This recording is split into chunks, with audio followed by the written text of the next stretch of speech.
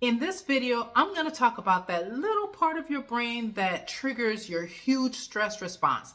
And if you watch to the end, I'm going to give you some practical tools that you can use to help calm your stress response and shift your mindset. If you're new here, I'm Dr. Hope, and I make videos on stress and anxiety, and I also provide tips, tools, and techniques to help you better navigate and manage stress so that you don't have to deal with the negative health effects of chronic stress. In talking about stress and anxiety, you have to first understand the part of the brain that's responsible for initiating your fight or flight symptoms or your stress response. That part of your brain is called the amygdala. The amygdala is what controls your emotions. The amygdala will send distress signals to the hypothalamus, which is the command center of your brain, and your hypothalamus will then release some hormones. Those hormones released by your hypothalamus tells your adrenal glands to produce cortisol and adrenaline. Those hormones then trigger your fight or flight response or your stress response. Now, this is the simplified version.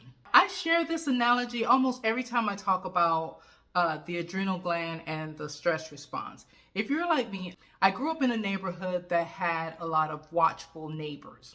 There's one in particular, I'm gonna call her Aunt Anita. Aunt Anita lived across the street. She wore glasses. Sometimes you see the reflection of the glasses way across the street. You knew Aunt Anita was watching to see what was going on. At the slightest sense that something might be awry, Aunt Anita will signal the alarm, whether that means calling your parents, walking across the street to see, make sure everything was okay, calling the cops, what have you. Nothing was going to get past Aunt Anita. Even if it turned out to be a false alarm, there was going to be an alarm as far as Aunt Anita was concerned. Don't get me wrong, Aunt Anita had good intentions. She wanted to keep us safe. Now, there's actually nothing wrong with that. That's a great thing when there's real danger, but not so much when there's no cause for alarm. And then there's the prefrontal cortex. Now, that's the part of the brain responsible for emotional regulation. It's responsible for cognitive reasoning, self-control, and it calms the amygdala's response. So think of your prefrontal cortex as Aunt Carolette. So now there's Aunt Anita and Aunt Carolette. We're going to look at them in action. So for instance, you're fast asleep one night and you're awakened by a loud noise. So Aunt Anita is ready. She's already sounded the distress signal that activated your fight or flight and jolted you out of your sleep, fearing for the worst. Your heart is racing. You jump out of your bed and you notice a picture frame had fallen off of the wall on the floor. Your Aunt Carolette processes that information with cognitive reasoning and surmises that perhaps the picture frame falling off of the wall is what caused that noise. Your emotions begin to regulate and you begin to calm down. Your heart rate starts to calm down, your breathing starts to regulate, and you feel better. Your Aunt Anita and Carolette, or the function of your amygdala and prefrontal cortex, are super important when it comes to managing stress and anxiety.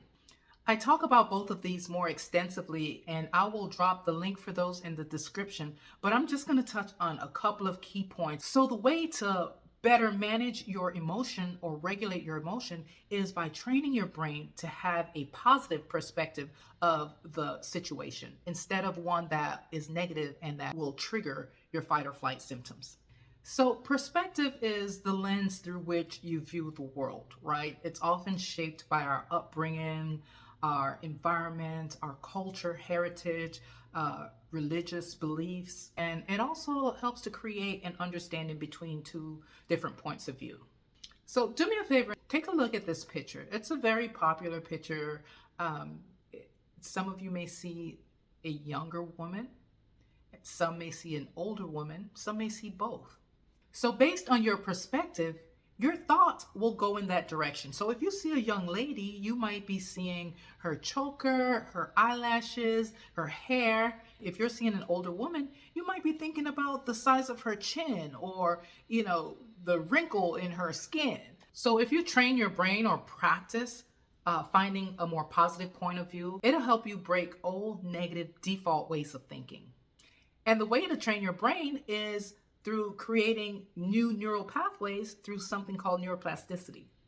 So neuroplasticity basically is your brain's ability to form new connections and also strengthen existing ones. Much of who we are comes down to the attention we give our thoughts. Henry Ford said, if you think, whether you think you can or can't, you're right. Scripture reminds us that as a man thinks in his heart, so is he. And it even tells us what to think. Finally, brethren, whatever things are true, whatever things are noble, whatever things are just, whatever things are pure, whatever things are lovely, whatever things are of a good report, if there is any virtue or if there is any praiseworthy, those are the things you think about. So here are 4 ways to shift your perspective. Focus on the positive. Positivity begets positivity. You may think that it's so hard to think positive when there's so much negative around, but it's important to find the positive and focus on it. One way to focus on positive things is maybe before you go to bed at night or as soon as you get up in the morning, write down 3 things that you're grateful for or you're thankful for. And if you're having a hard time finding something that's positive or something that you're thankful for, read a scripture or read something that focuses on positive mindset. Say a prayer. God will show you things to be thankful for. I don't know too many people who are grateful for negativity in their life. Usually, the gratitude comes from the lessons that they learn from the negativity, but if you focus on the positive, you'll be able to find it. Number 2, distance yourself from negativity. Now, that might seem counterintuitive if I just said, oh, there's so much negativity around. How am I going to distance myself from it? You may think that if you focus on the positive, the negative will go away. That's not necessarily the truth. You have to actively engage in distancing yourself from negativity, physically, mentally, and emotionally. The more you distance yourself from negative people, places, environments, and circumstances, the easier it will be to focus on the positive. That may look like turning off the news or distancing yourself from someone who is constantly negative, or get off social media. So get away from the negative and seek out the positive. That'll help to change your overall perspective. The third thing you need to do is practice gratitude. I share this a lot because this is just my personal conviction. I think that there's a huge difference between thankfulness and gratitude. Although they're often used interchangeably, I personally have a slightly different perspective on this. The same way I feel that there's a difference between happiness and joy. I think that happiness comes as a response to something that actually happens to you that makes you happy, whereas joy is on a deeper level. Despite what is happening to you or around you, despite the circumstances, you can still find joy. So when I think of thankfulness, I think of it as more specific in response to the benefit that you received. You're thankful for an act of kindness. It's more external. But gratitude, I think that goes deeper. It's more internal.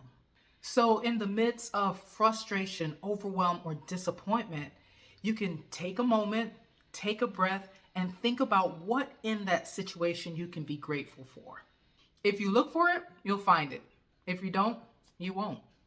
And the fourth way to change your perspective is looking at the big picture. It's so easy sometimes to get caught up in all of the small negative things and allow your mind or your thoughts to start spiraling out of control. If you have one thing that you consider as bad that has happened to you, and you start looking at all the other small things that you consider negative, all of a sudden you begin to feel overwhelmed. But if you start to look at the big picture, it's easier to not sweat the small stuff. Wouldn't you agree? Learning to shift your perspective will help you to calm your stress response so that your adrenal glands aren't overworking and you'll express better health. So I hope this video helped to give you a better understanding of how your stress response is initiated and ways that you can help to shift perspective to better manage your stress response. All right? Till next time.